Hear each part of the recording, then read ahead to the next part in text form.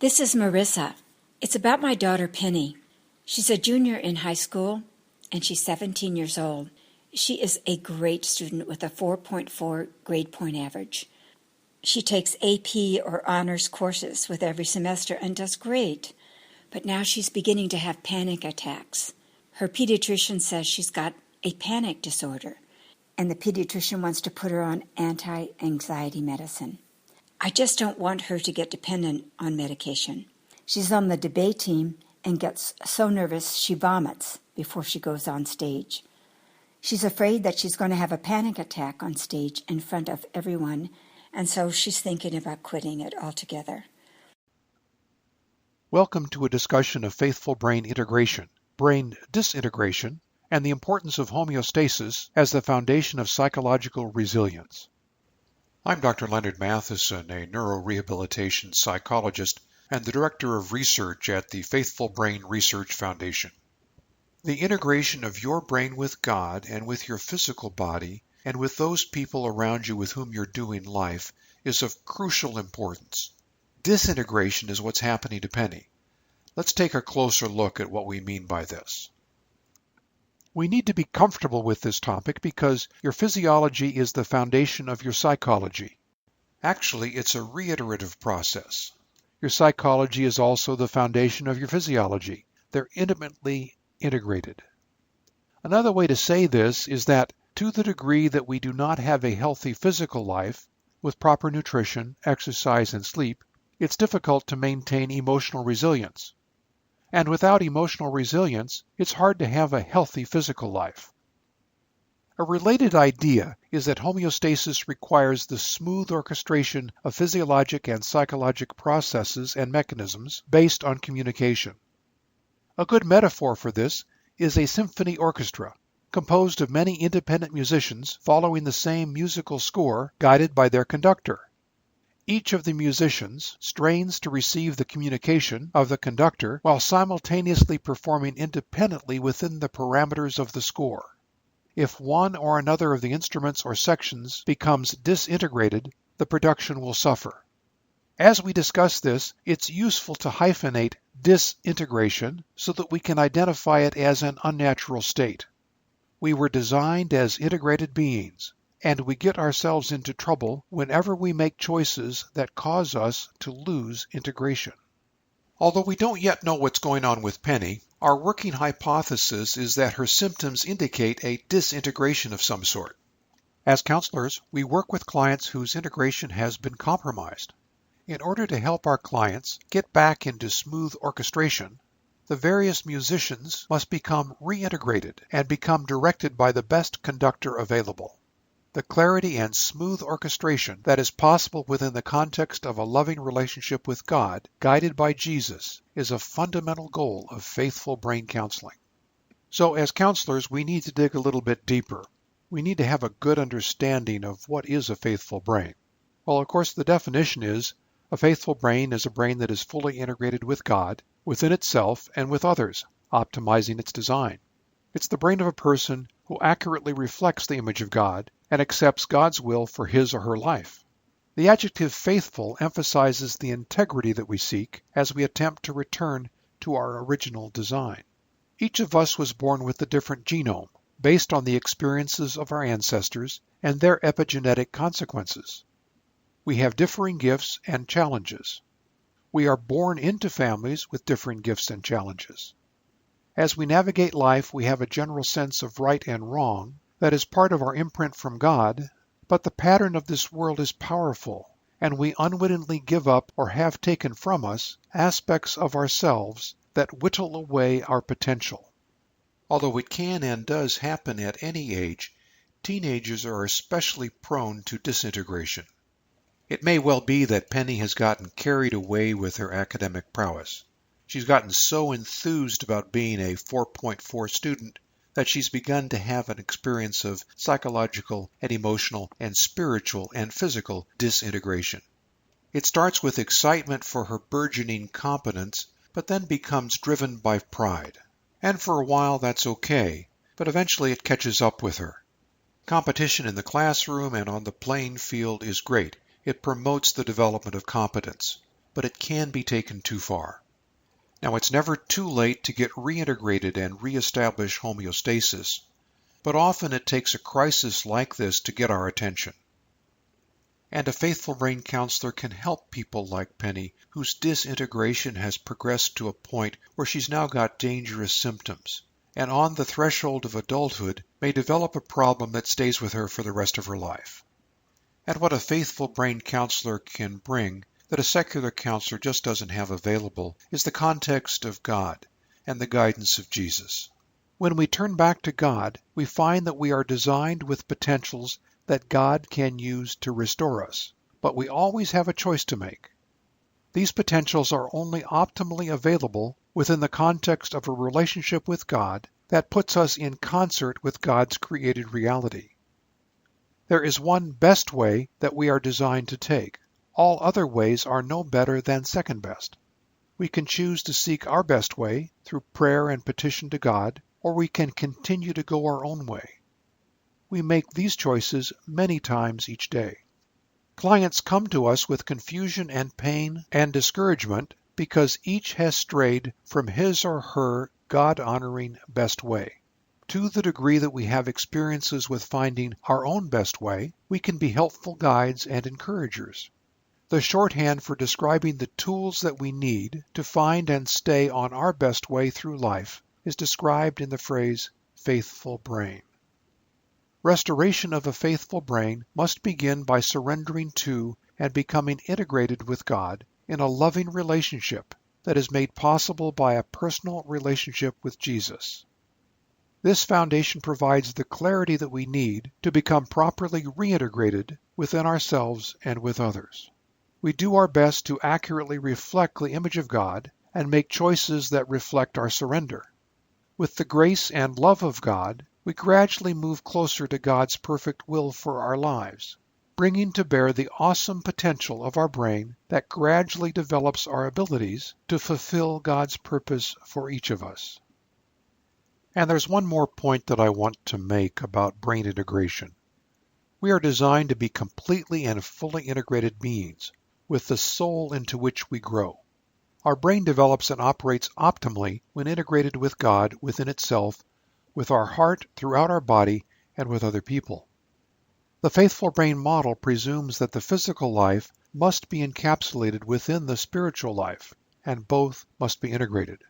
Must we accomplish one in order to accomplish the other? No.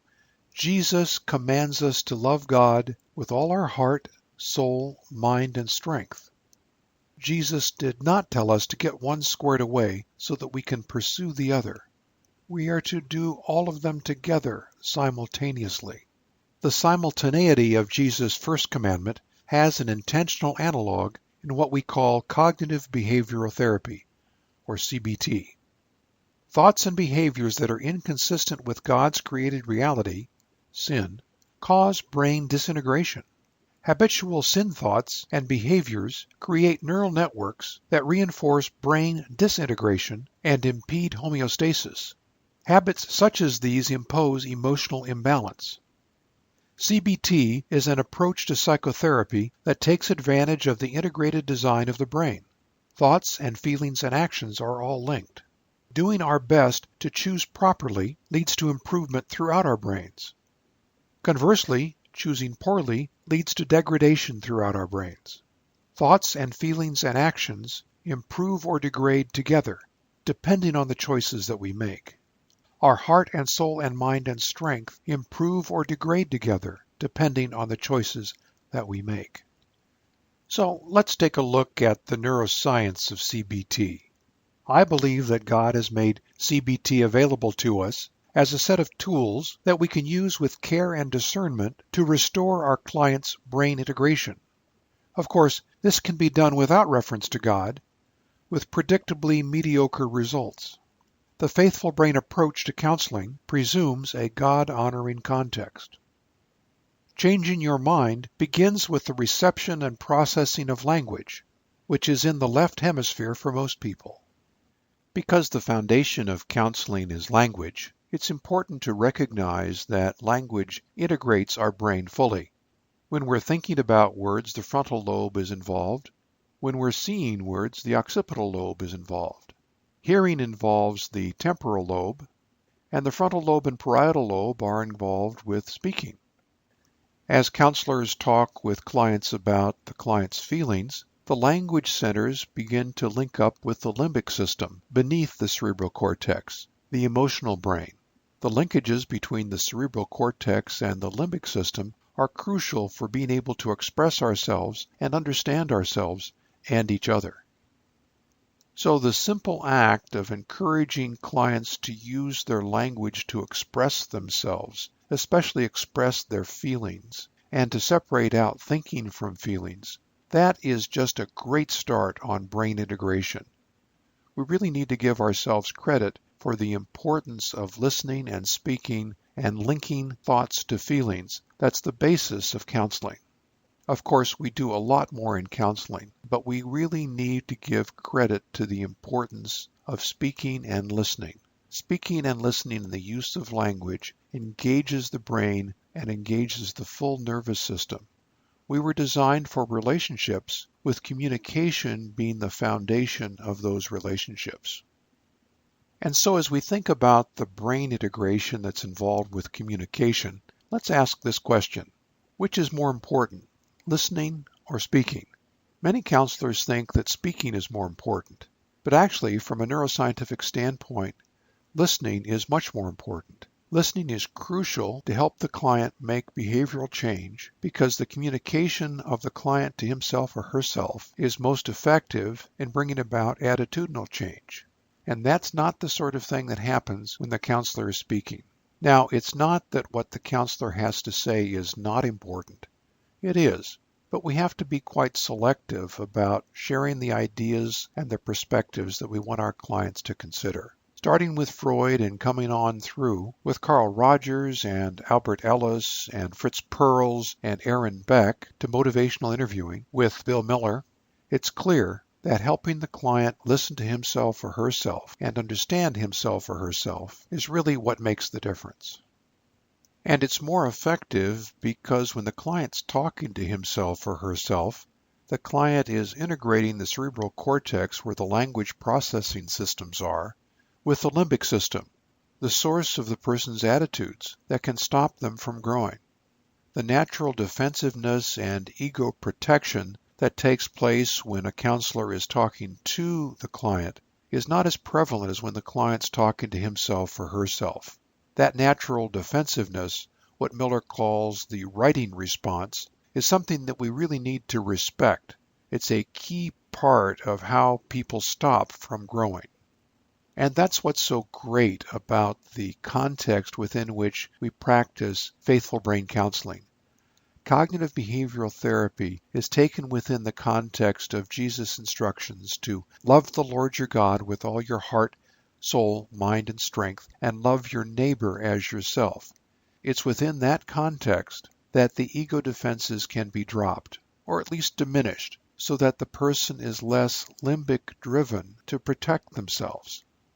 And so I encourage the faithful brain counselor to think about listening as the entry point to brain integration.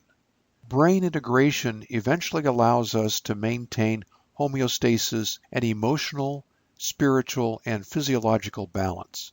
To the degree that we can achieve brain integration, we are more resilient, and that's what we're trying to help our clients achieve.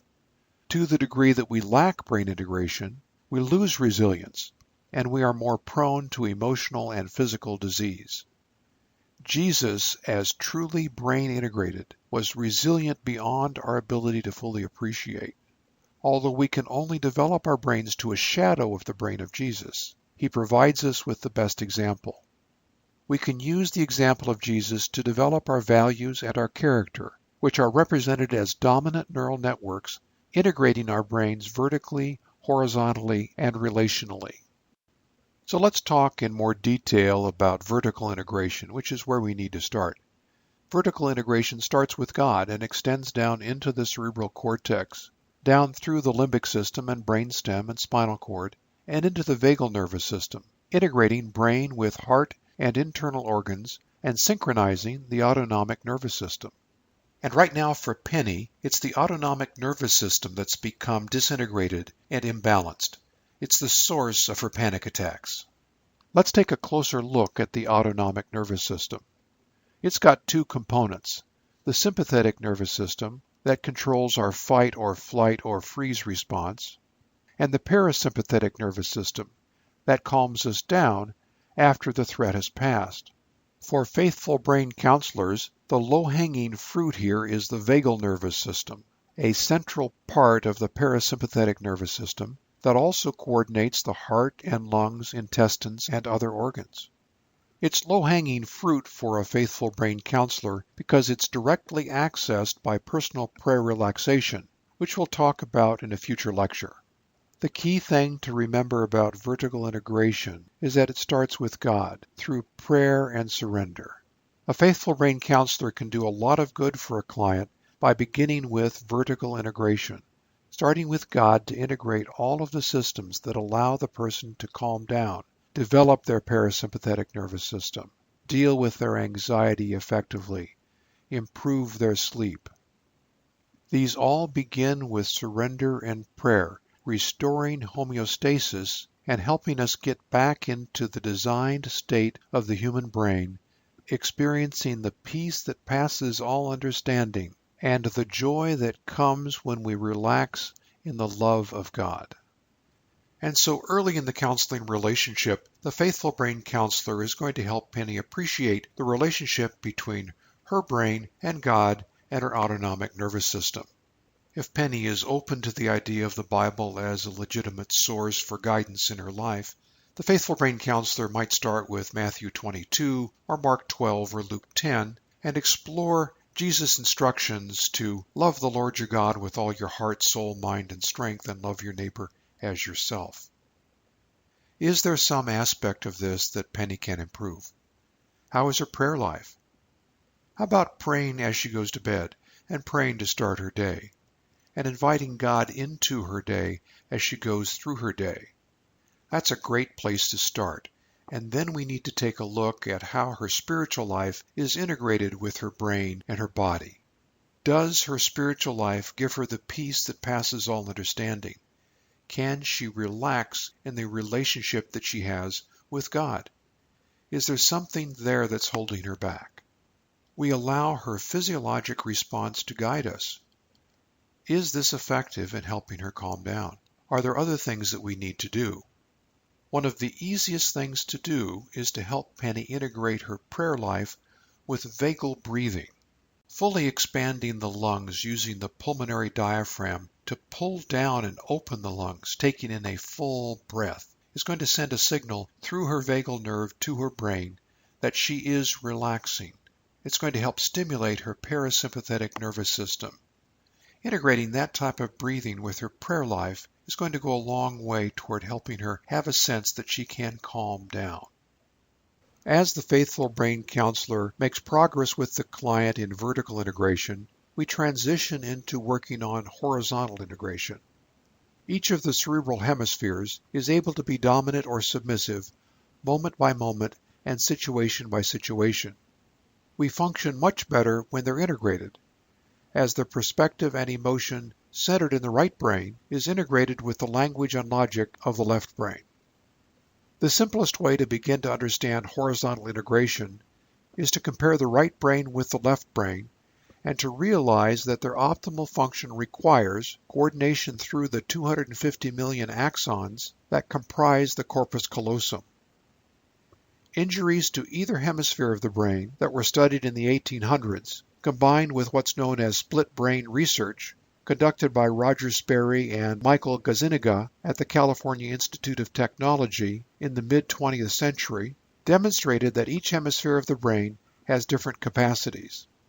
The left brain tends to be linear and proactively plans for the future, using logic, compared with the right brain that apprehends the gist of the situation and works from a Gestalt pattern completion perspective. With regard to language, the left brain emphasizes grammar and syntactical rules, while the right brain is involved with the prosody and melody of language. Ongoing research with the split brain models has demonstrated the insufficiency of either hemisphere and the importance of horizontal integration. One of the simplest ways to invigorate the corpus callosum and improve horizontal integration is through worshipful singing with good music. Penny's brain is going to become fully engaged as she begins to sing and become involved with the music. Deep emotional engagement with worshipful singing can be very therapeutic for a person of faith. It's an important tool for faithful brain counselors to utilize. I routinely encourage my clients to begin listening to worship music and to participate enthusiastically in singing at church. And then after vertical integration and horizontal integration, we have social integration of the brain. Social integration, also sometimes called coronal integration, means that our brain is integrated with other brains in our social contexts. The past 10 years or so, this has begun to be described as interpersonal neurobiology. And the truth is that every brain affects every other brain with which it interacts. Trusting relationships have pervasive protective effects and allow us to become attuned to the brains of others. The neurobiological models of the brain now necessarily include psychosocial relationships. Interpersonal neurobiology is an important concept for faithful brain counselors. It provides further substantiation of the importance of healthy relationships with our clients. It is through healthy relationships that we use our knowledge and technical expertise to bring about healthy changes in their thinking and their behavior. And this is where Jesus' instruction to love your neighbor as yourself is such a crucial addendum to cognitive behavioral therapy that we find in faithful brain counseling. Most people, and teenagers especially, have closed off certain relationships. That closing off of relationships that all of us have participated in really limits our ability to fully fit into God's created reality. From subtle and sneaky implicit bias to racial or ethnic or socioeconomic prejudice, all of those limit our social integration. And that limited social integration stops us from really being able to participate fully in God's created reality and be Jesus in skin to others. And so to wrap up, let me summarize what we've covered. A faithful brain is God-integrated. Vertical integration starts with God, and then we proceed to horizontal integration within the context of a loving relationship with God. And then we take a look at how the brain is socially integrated. Each of our brains is connected to all the other brains of people with whom we interact. And what this brain integration achieves is homeostasis and full availability to God's perfect will for our lives. And for what it's going to achieve for Penny is to help her fit into God's created reality and be the unique person that God has designed her to be. The faithful brain counselor will use strategies such as values-based goaling and personal prayer relaxation and the healthy hippocampus exercise to help Penny develop clarity about her values and her goals and her gifts and how they all do fit in to God's created reality. So, thank you very much for your time and attention. I'd like to encourage you to come to www.faithfulbrain.com and take a look at our other resources. There are a lot available. Thanks again.